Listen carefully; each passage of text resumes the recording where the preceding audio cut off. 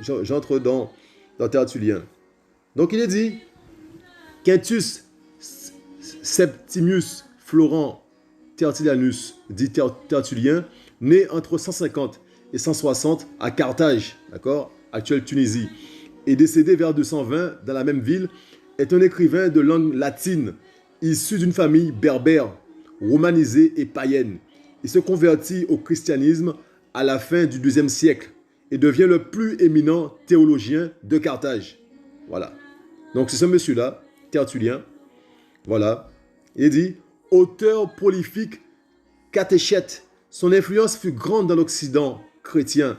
En effet, il est le premier auteur latin à utiliser le terme de Trinité. Vous voyez, le terme Trinité vient de ce monsieur-là. C'est lui le premier à avoir utilisé le mot Trinité. Ce mot-là n'est pas biblique, mes amis.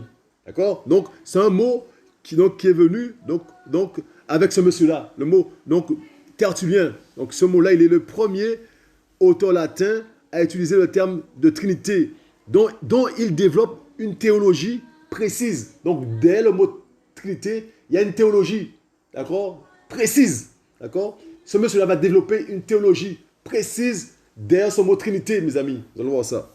Alléluia. Alléluia. Donc, il est ainsi considéré comme le plus grand théologien chrétien de son temps. C'est également un polémiste qui lutte activement contre les cultes païens et contre le gnosticisme de Marcion. Mais on va s'intéresser donc à Trinité. On clique sur Trinité, mes amis. Voilà. Ce travail-là, je vous invite à le faire chez vous aussi. Hein. Alléluia. Donc, il est dit, dans le christianisme, la Trinité ou Sainte Trinité est le Dieu unique en trois personnes. D'accord? Le Père, le Fils et le Saint-Esprit. Égaux, participants d'une même essence divine et pourtant fondamentalement distincts. D'accord? Donc, ils sont égaux, ils participent donc d'une même essence, donc ils sont d'une même essence et sont fondamentalement distincts. Le terme trinitas ou triunitas est forgé en latin par Tertullien. D'accord? On l'a vu? La croyance en la Trinité est le principe fondateur commun aux principales confessions chrétiennes, catholicisme, orthodoxie et protestantisme, mes amis. D'accord? Catholicisme, orthodoxie et protestantisme, tous ces gens-là qui sont dedans croient en la Trinité. D'accord? La Trinité telle qu'elle est précisée là-dedans, là. On va voir ça. D'accord? Donc, il est dit que la croyance en la Trinité est le principe fondateur, mes amis. Le principe fondateur. Qu'est-ce que c'est quoi un principe fondateur? C'est le fondement, la base, d'accord? La base fondatrice, d'accord? La base de ces mouvements. Donc, le catholicisme, hein, l'orthodoxie et le protestantisme. Donc, la base, ils sont fondés sur la Trinité, d'accord? Tel qu'on va voir tout à l'heure. Le fondement de cette doctrine est exprimé dans le symbole de Nicée. Voilà, donc il y a ce qu'on appelle le symbole de Nicée. Et dans ce symbole de Nicée, on a donc cette trinité-là qui est symbolisée, d'accord? On va voir ça. Donc on va cliquer sur le protestantisme pour voir qu'est-ce qu'il y a dedans. Qu'est-ce qu'il y a dans le protestantisme, mes amis? Et nous allons voir ça. C'est terrible, je vous le dis. Donc on va cliquer sur protestantisme. Après, on va revenir sur cette page. Le protestantisme est l'une des principales branches du christianisme, avec le catholicisme et l'orthodoxie, d'accord? Étant entendu largement, le protestantisme est l'ensemble des églises qui sont issues de la Réforme, selon le Petit Larousse. Selon cette perspective, le protestantisme englobe des mouvements variés tels que les luthériens, presbytériens, réformés, méthodistes, évangéliques, entre parenthèses, baptisme, pentecôtisme, mouvement charismatique, évangélique, et christianisme non dénominationnel, mes amis. D'accord? En 2011, il dit l'ensemble de ces églises regroupe environ 37% des chrétiens, soit 800 millions de protestants. Donc, mes amis, le protestantisme regroupe tout ce beau monde-là. Vous comprenez? Donc, vous le savez, je ne vous apprends rien, mes amis. Je ne vous apprends rien. Donc le protestantisme regroupe les luthériens, les presbytériens, les réformés, les méthodistes, évangéliques, d'accord? Les évangéliques, pardon. Donc, qu'est-ce qu'on entend par évangélique? Baptisme, pentecôtisme, mouvement charismatique, évangélique et christianisme non dénominationnel, mes amis. D'accord? On est tous dedans. D'accord? Et donc ça, y compris le catholicisme et l'orthodoxie, donc on a notre base sur la Trinité.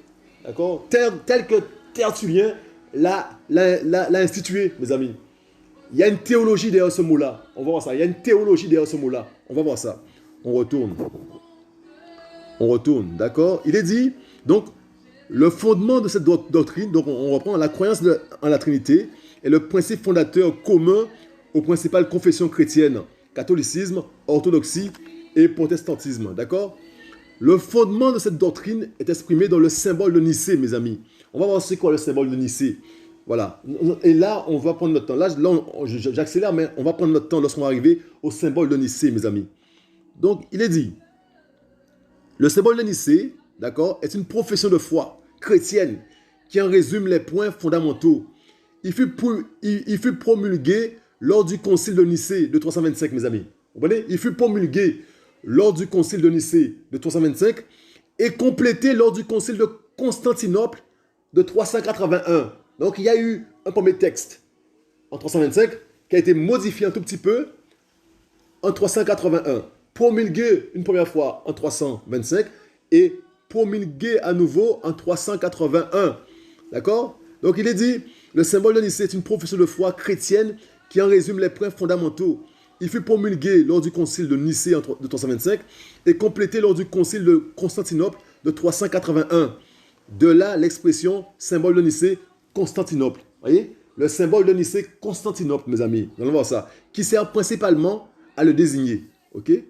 Alléluia. Alléluia. Je vous le dis. L'essentiel des affirmations du symbole de Nicée est partagé par les confessions chrétiennes majoritaires, à savoir le catholicisme, l'orthodoxie et la plupart des églises issues du protestantisme. On le rappelle à nouveau, d'accord? Allons voir ce que c'est que le symbole de Nicée, Constantinople, mes amis. Ça, vous pouvez le faire à la maison, d'accord? Le symbole de Nicée, Constantinople, on va voir. Voilà, on va voir ça tranquillement. Le symbole de Nicée, Constantinople se trouve dans les actes du concile de Chalcédoine, mes amis, 451, qu'il a réaffirmé encore une fois, d'accord? Donc, voici le texte original. Voilà, c'est du latin. C'est dans ce texte original, avec les verbes « nous croyons »,« nous confessons »,« nous attendons » au pluriel, que le symbole de Nicée, Constantinople, est connu aux églises des trois conciles. L'église apostolique arménienne y ajoute plusieurs phrases, mais laisse inchangée la forme plurielle de ces verbes. D'accord? Voilà. Et donc on va... Donc, le symbole adopté à Nicée en 325 est le suivant. Donc, voilà le symbole de Nicée en 325. Voilà. Et il y a un tableau maintenant. On va voir si c'est du français. Il y a un tableau. Le tableau suivant présente les deux textes adoptés par les deux conciles. Là, c'est très important, mes amis. On va freiner là. On va freiner. On va s'arrêter. Le tableau suivant présente les deux textes adoptés par les deux conciles. Donc, on a dit 325, 381. Donc, il y a deux tableaux, gauche-droite, mes amis. D'accord? Donc, le tableau suivant, il y a deux colonnes, gauche-droite. Le tableau suivant présente les deux textes adoptés par les deux conciles. D'accord? Les parties du texte de 325, qui sont omises ou déplacées dans la version de 381, sont mises entre parenthèses. Les phrases ajoutées en 381 sont écrites en italique. C'est clair? Donc, il est dit que les parties du texte de 325 qui sont omises ou déplacées dans la version de 381 sont mises entre parenthèses. D'accord?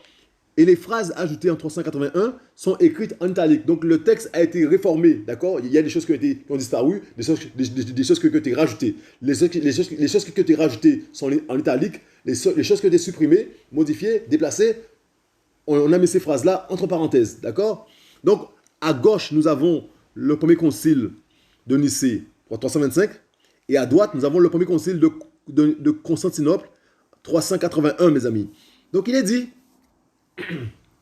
première ligne, pour le concile de Nicée, mes amis, 325, nous croyons en un seul Dieu, Père Tout-Puissant, Créateur de toutes les choses visibles et invisibles. Donc, ils disent, nous croyons en un seul Dieu, Père Tout-Puissant, Créateur de toutes les choses visibles et invisibles. Et en 381, ils disent, nous croyons en un seul Dieu, Père Tout-Puissant, Créateur du ciel et de la terre, de toutes les choses visibles et invisibles. D'accord? Donc, ils ont rajouté Créateur du ciel et de la terre. Voilà, ils ont rajouté ça. D'accord? Voilà. Et nous avons, donc, on continue. Donc, ils croient dans ce symbole de Nicée, hein, en un seul Dieu, Père tout-puissant, créateur de toutes les choses visibles et invisibles. Voilà. Donc, ils croient en Dieu le Père. D'accord? Il y a Dieu le Père. D'accord? Et après, ils disent, et en un seul Seigneur Jésus-Christ, Fils unique de Dieu, né du Père, c'est-à-dire de la substance du Père, Dieu de Dieu, lumière de lumière, vrai Dieu de vrai Dieu, engendré et non fait,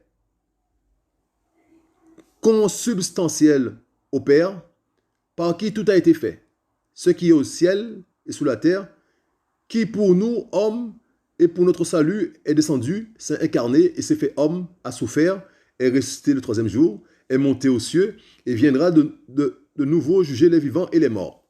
Je reprends ça. Donc nous croyons en un seul Seigneur et en un seul Seigneur, Jésus-Christ, Fils unique de Dieu, né du Père, c'est-à-dire de la substance du Père, Dieu de Dieu, lumière de lumière, vrai Dieu de vrai Dieu, engendré et non fait. Consubstantiel au Père, par qui tout a été fait, ce qui est au ciel et sous la terre, qui pour nous, hommes, et pour notre salut est descendu, s'est incarné, et s'est fait homme, a souffert et est ressuscité le troisième jour, est monté aux cieux et viendra de nouveau juger les vivants et les morts. D'accord.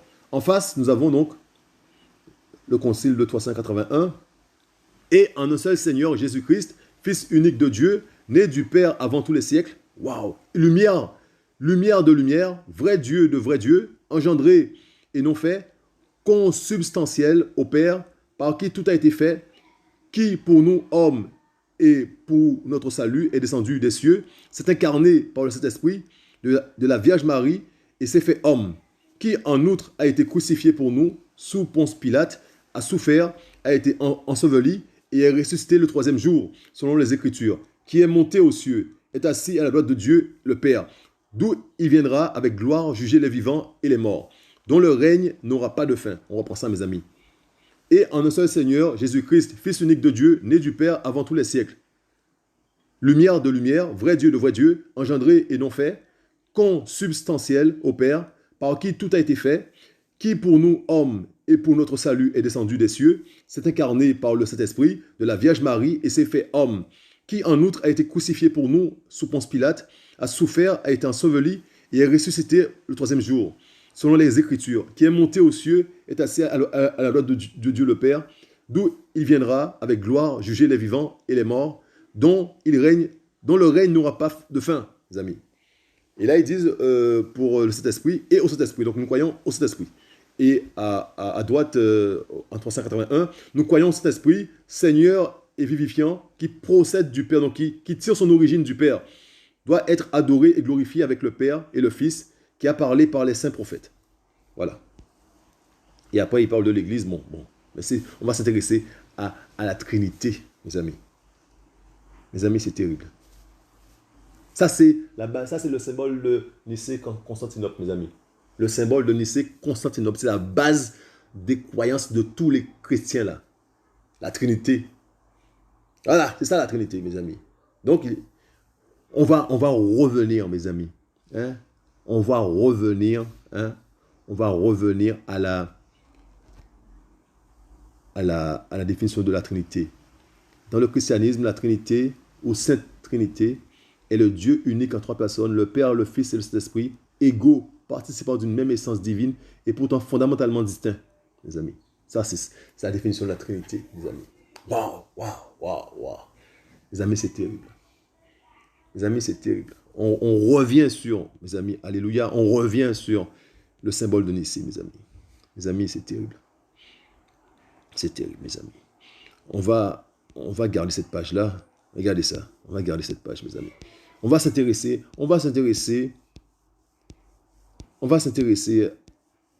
à Yahushua, à Jésus-Christ, mes amis. Il dit, et en un seul Seigneur Jésus-Christ, Fils unique de Dieu, né du Père avant tous les siècles. Donc, il est né du Père avant tous les siècles. Donc, il a un commencement.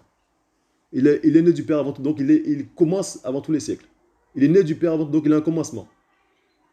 Donc c'est ça qui est écrit là. Hein. Il est né du Père, donc il a un commencement. D'accord? Là, il parle de Jésus-Christ, mes amis. D'accord? Il parle de Jésus-Christ, ils disent qu'il est né du Père avant tous les siècles. Donc il a un commencement. C'est ça, hein, ce qui est écrit là. Hein. D'accord? Et ils disent, mes amis, ils disent, l'Esprit Saint, ils disent, nous croyons cet Esprit, Seigneur vivifiant, qui procède du Père. Donc cet Esprit tire son origine du Père. C'est ça? C'est ce qui est écrit là. Il procède du Père. Donc il tire son origine du Père. Il tire son origine du Père. D'accord? Nous allons prendre simplement 3 textes, mes amis. 3 textes. Et avec ces 3 textes-là, nous allons voir que ça, c'est complètement antichrist. Ce symbole de Nicée est complètement antichrist. Nous allons voir ça tout de suite. Tout de suite, nous allons voir ça. Je vous le dis. Mais c'est terrible. Nous gardons cette page, mes amis. Alléluia. Nous gardons cette page. Alléluia. Et nous allons dans la Bible. Nous allons dans la Bible. Et nous allons dans Hébreux, mes amis. Hébreux 7, verset 3. On va commencer à partir du verset 1. Car, alléluia, verset 1, car c'est ce Malki-Sédek, donc Melchisédek, roi de Chalem, mes amis, roi de Chalem, prêtre de l'Élohim très haut, mes amis, qui alla à la rencontre d'Abraham lorsqu'il revenait de la défaite des rois et qui le bénit. Oui, une chose, mes amis, une chose. Ne venons pas avec notre esprit cartésien, s'il vous plaît. Ne venons pas dans les choses de Yahushua avec notre esprit cartésien ou notre esprit charnel. Avec soyons spirituels. Pour comprendre, les choses spirituelles sont comprises par des êtres spirituels. Si on n'est pas spirituel, demandons à Yahushua sa lumière, de façon à ce qu'on puisse avoir une lecture spirituelle. D'accord? Alléluia!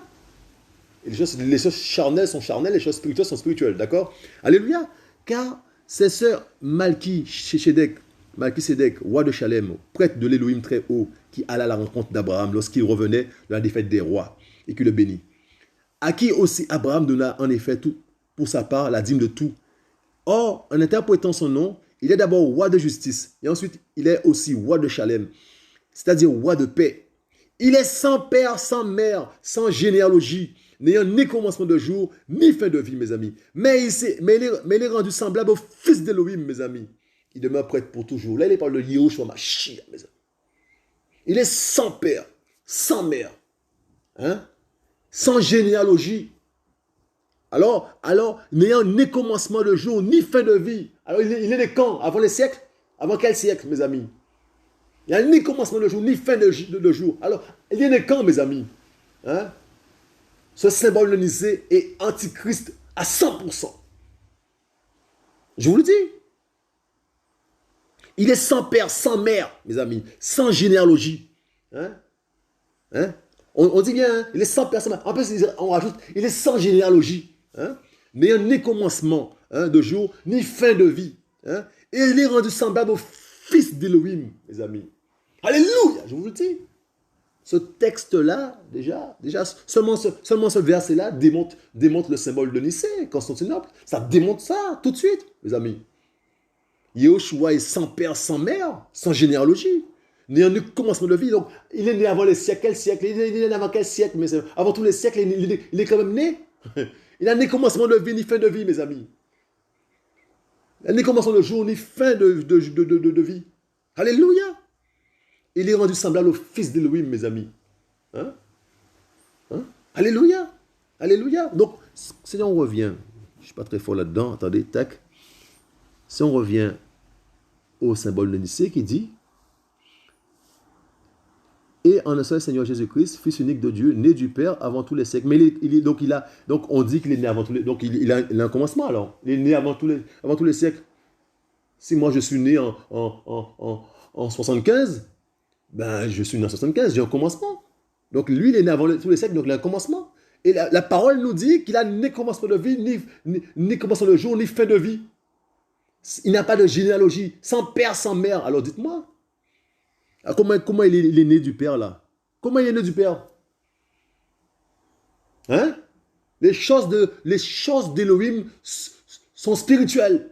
Hein? Arrêtons de le mettre dans des cases. Arrêtons de mettre le Tout-Puissant dans des cases d'hommes. Arrêtons de vouloir définir Yahushua, définir Elohim. Arrêtons de vouloir définir Elohim avec nos esprits limités. Arrêtons cela, mes amis. Hein? Donc, le fondement de tous les systèmes là, c'est un fondement antichrist, mes amis. Je vous le dis. C'est pour ça que on voit les fruits. Les fruits ne sont pas bons, les fruits sont mauvais. Il y a toutes sortes de dérives parce que le fondement, c'est un fondement antichrist. La Trinité, c'est une doctrine diabolique. Je vous le dis. La Trinité, là, qui n'est pas biblique. On va continuer, mes amis. C'est terrible. On va prendre acte, on va faire ça, tac. On va retourner dans ça. On va prendre acte 16, verset 7. Non, mais il faut qu'on soit délivré de tout ça, mes amis. C'est important, Père, que tu puisses nous délivrer de tout ça. Alléluia, de la religion, de tout ça, Père. Acte 16, verset 7. On nous a roulé dans la farine, mes amis. Acte 16, verset 7, mes amis. Hein?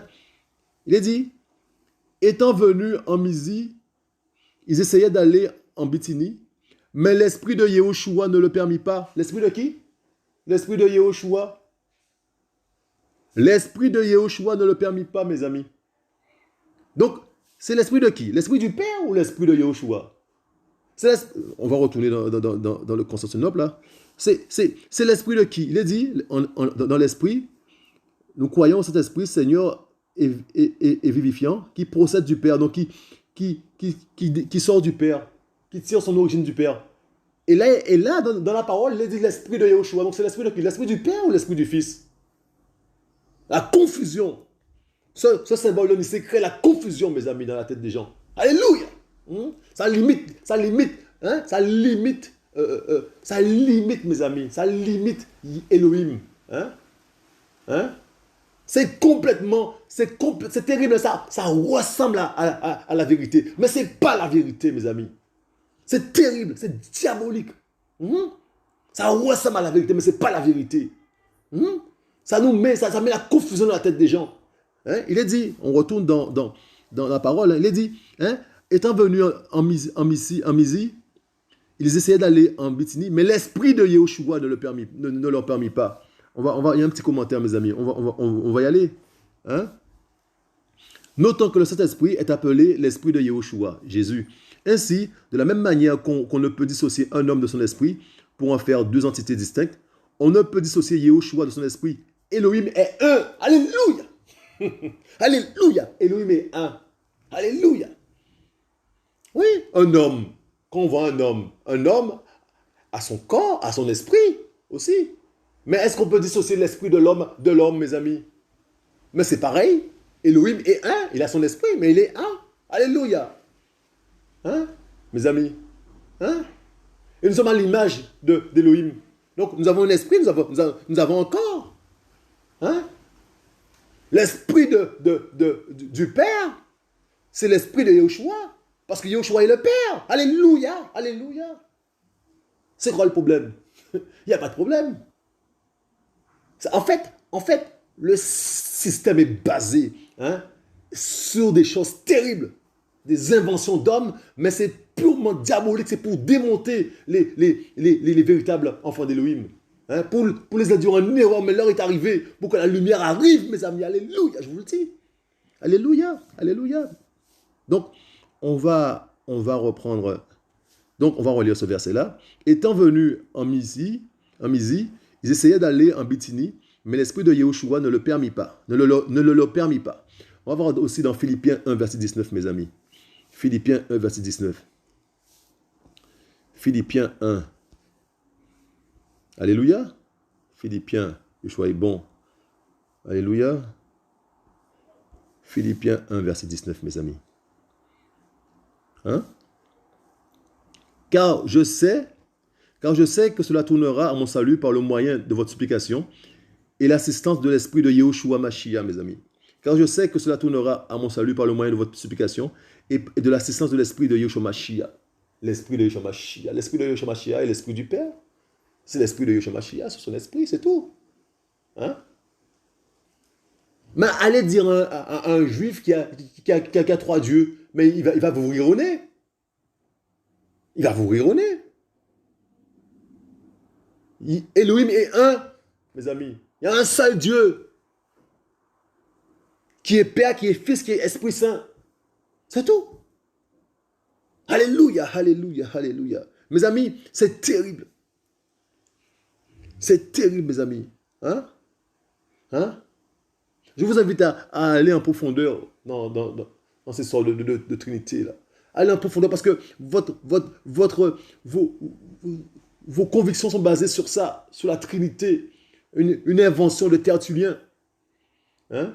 Un homme du IIe siècle, mes amis. C'est pas dans la Bible, le mot Trinité. Hein? Et sous cette invention-là, eh ben, l'orthodoxie, le catholicisme, l'orthodoxie et le protestantisme ont leur base sur la Trinité, sont basés là-dessus. La Trinité, la Sainte Trinité, mes amis, la Triunité. Hein? Trois personnes distinctes, trois dieux distincts, unis. C'est terrible, mes amis. Ils ont saucissonné Elohim. C'est terrible. De quel doigt? De quel doigt? C'est terrible. Je vous invite à aller en profondeur là-dessus. Hein? Parce que vous ne savez même pas qui est-ce qu'il faut prier. Hein? Hein? Vous ne savez même pas qui est-ce qu'il faut prier, mes amis. Yoshua l'Esprit me donne un verset là. On va le prendre. Alléluia, je vous le dis. Hein? Alléluia. Marc 16. Marc 16, on va aller voir là. Hein? Non, c'est Jean... Non, c'est Jean 3, pardon. Jean 3. Alléluia. On va voir ça. Donc, on va voir ça. On va voir ça. On va voir ça, mes amis. On va voir ça. C'est Yoshua qui parle à Nicodème, mes amis. Hein? Hein? Verset 5. Yoshua répondit, Amen, Amen, je te le dis. À moins que quelqu'un ne soit engendré d'eau et d'esprit, il ne peut entrer dans le royaume d'Élohim. Ce qui a été engendré de la chair est chair, et ce qui est engendré de l'esprit est esprit. Ne t'étonne pas de ce que je t'ai dit, il faut que vous soyez engendrés d'en haut, mes amis. Le vent souffle où il veut, et tu en entends le bruit, mais tu ne sais pas d'où il vient, ni où il va. Ainsi en est-il de quiconque a été engendré de l'esprit, mes amis. Les choses de Yahushua, les choses d'Élohim sont esprit, mes amis. D'accord? Esprit et vie. Donc, il faut absolument qu'on soit en esprit pour comprendre les choses d'Élohim. D'accord? Et il ne faut pas dire, ah oui, c'est un mystère. Parce qu'on n'est pas en esprit, on dit que on s'avoue vaincu tout de suite, on dit que c'est un mystère, parce qu'on n'est pas en esprit. On n'arrive pas à comprendre parce qu'on n'est pas en esprit. C'est spirituellement qu'on en juge. C'est spirituellement qu'on comprend les choses d'Élohim, mes amis. On continue. Le vent souffle où il veut, verset 8. Le vent souffle où il veut, et tu en entends le bruit. Mais tu ne sais pas d'où il vient, ni où il va. Ainsi en est-il de quiconque a été engendré de l'esprit. Nicodémos répondit et lui dit, comment ces choses peuvent-elles se faire? Yahushua répondit et lui dit, tu es le docteur d'Israël et tu ne connais pas ces choses? Amen. Amen, je te le dis. Nous disons ce que nous savons et nous témoignons de ce que nous avons vu. Et vous ne recevez pas notre témoignage. Si je vous ai parlé des choses terrestres et que vous ne croyez pas, comment croirez-vous si je vous parle des choses célestes, mes amis? Vous voyez? C'est les choses célestes qui appartiennent à Elohim, mais sont inaccessibles aux hommes. On ne va pas comprendre. Yahushua lui dit, mais si je vous ai parlé des choses terrestres et que vous ne croyez pas, comment croirez-vous si je vous parle des choses célestes, mes amis? Vous comprenez ça? C'est ce qu'il dit à Nicodème, un docteur de la loi, un grand érudit, Nicodème. Et Nicodème et Yahushua lui parlent des choses terrestres. Il ne croit pas aux choses terrestres que Yahushua lui parle. Alors, si Yahushua lui parle des choses célestes, mais il va devenir fou. Hein? Et Yahushua lui dit, car personne n'est monté au ciel, excepté celui qui est descendu du ciel, le Fils d'humain qui est dans le ciel, mes amis. Il est en train de parler à Nicodème. Il dit à Nicodème, car personne n'est monté au ciel, excepté celui qui est descendu du ciel, le Fils d'humain qui est dans le ciel. Il est dans le ciel ou il est devant Nicodème? Où est-ce qu'il est? Il est dans le ciel ou il est devant Nicodème? Il parle à Nicodème, il dit à Nicodème que le Fils d'humain est au ciel, mes amis. Alors qu'il parle à Nicodème. Pendant qu'il parle à Nicodème, il dit que le Fils d'humain est au ciel. Alléluia! Est-ce que vous comprenez? Non, vous ne comprenez pas. C'est spirituellement qu'on en juge. Il ne faut pas limiter. Faut pas limiter Elohim. Il fait ce qu'il veut. Arrêtons. L'homme est trop poussière. L'homme est trop poussière pour se mettre à définir Elohim. Il faut un peu d'humilité. Il faut que la créature s'humilie un tout petit peu. Il faut que la créature descende un tout petit peu. Et donne la place à son créateur. Toute la place. Hein? La créature invente son créateur. La créature se met à définir son créateur. C'est l'orgueil de l'homme, c'est un truc de malade, c'est un truc de fou, je vous le dis. Comment on peut oser et puis commencer donc à mettre en place des choses, des croyances. Et on croit que c'est que le catholicisme, mais non, le protestantisme est concerné. Je vous le dis. Donc finalement c'est toujours l'unité en haut, et en bas, tout le monde se bat, mais en haut, ils sont unis dans leur doctrine. Je vous dis, les doctrines sont communes en haut. La Trinité est là, à la base. Hein? Tous les grands là, tous vos chefs là, mais ils sont unis en haut. Ils sont sur les bases établies depuis des siècles. Ça a commencé donc au IIe siècle avec Tertullien, qui a inventé un mot. Il s'est réveillé un jour, Trinité. Je vais définir Dieu, je vais définir Elohim, Trinité. Il s'est réveillé, il a été inspiré par le diable, mes amis. Je vous le dis. Hein? Et donc ça a fait des dégâts. Ça a fait des dégâts. Hein? On a vu les dégâts, jusqu'à maintenant on voit les dégâts, mes amis. Hein?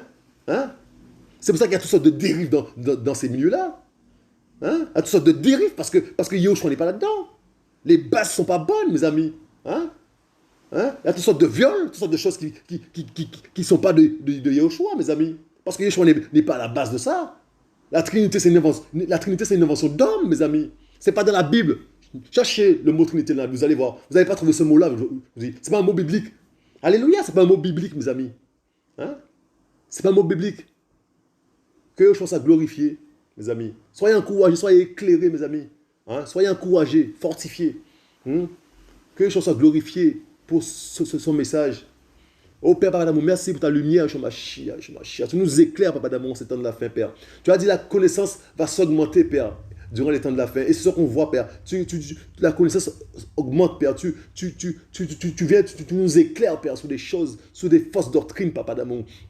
Merci parce que tu renverses, Papa d'amour. Tu renverses des choses qui ont été établies pendant des décennies, des siècles, Père. Tu renverses cela en un clin d'œil, Père. Tu renverses cela, Papa d'amour. Tous ces trucs, ces fausses bases, ces fausses doctrines, Papa d'amour, sont renversées chez ma chia. Merci pour ce que tu fais, chez ma chia. Continue, Père, à faire ton travail, Père, que ton nom soit béni, chez ma chia, dans le cœur de tes enfants. Papa d'amour, que le cœur soit éclairé, Père. Que le cœur soit éclairé et que ton nom soit glorifié, chez ma chia. Aide-nous à savoir que tu es un. Tu es un. Tu es le Père. Alléluia. Tu es la porte. Tu es le bon berger, Shemashia. Tu es le rocher de Jacob. Tu es le lion de Judas. Alléluia. Tu es l'alpha, tu es l'oméga, l'alpha et le tav. Alléluia. Tu es l'unique. Alléluia, Shemashia. Que ton nom soit glorifié. Tu es le bon berger. Alléluia. Tu es le Père. Alléluia. Tu es le chemin, la vie et la vérité. Alléluia. Tu es Elohim. Alléluia. Tu es Shaddai. Alléluia. Que nous puissions, Papa d'amour, revenir vraiment à la parole simple. Telle qu'elle est, Shemashia. Tu es Adonai. Alléluia. Alléluia. Alléluia. Que ton nom soit béni, Père, à jamais. Que ton nom soit glorifié, Père. Tu es digne de recevoir la gloire, Shemashia. Reçois l'adoration, Shemashia. Reçois la gloire, Père. Toi seul mérite la gloire, Shemashia. Reçois la gloire, Shemashia. Que ton nom seul soit béni, Père. Reçois la gloire, Père. Reçois la gloire, Père. Tu es bon. Tu es digne de recevoir la gloire, Shemashia. Alléluia, Père. Qu'un cœur soit éclairé, Père. Qu'un cœur soit éclairé, Shemashia. Au nom puissant de Shemashia. Au nom puissant de Shemashia. Alléluia, alléluia. Alléluia, alléluia. Mes amis, soyez fortifiés, mes amis. Soyez fortifiés. Soyez fortifiés, mes amis. Soyez fortifiés, mes amis. Alléluia. Je vous le dis, soyez fortifiés. Soyez fortifiés. Arrêtons avec la Trinité, mes amis. Et prions le Père.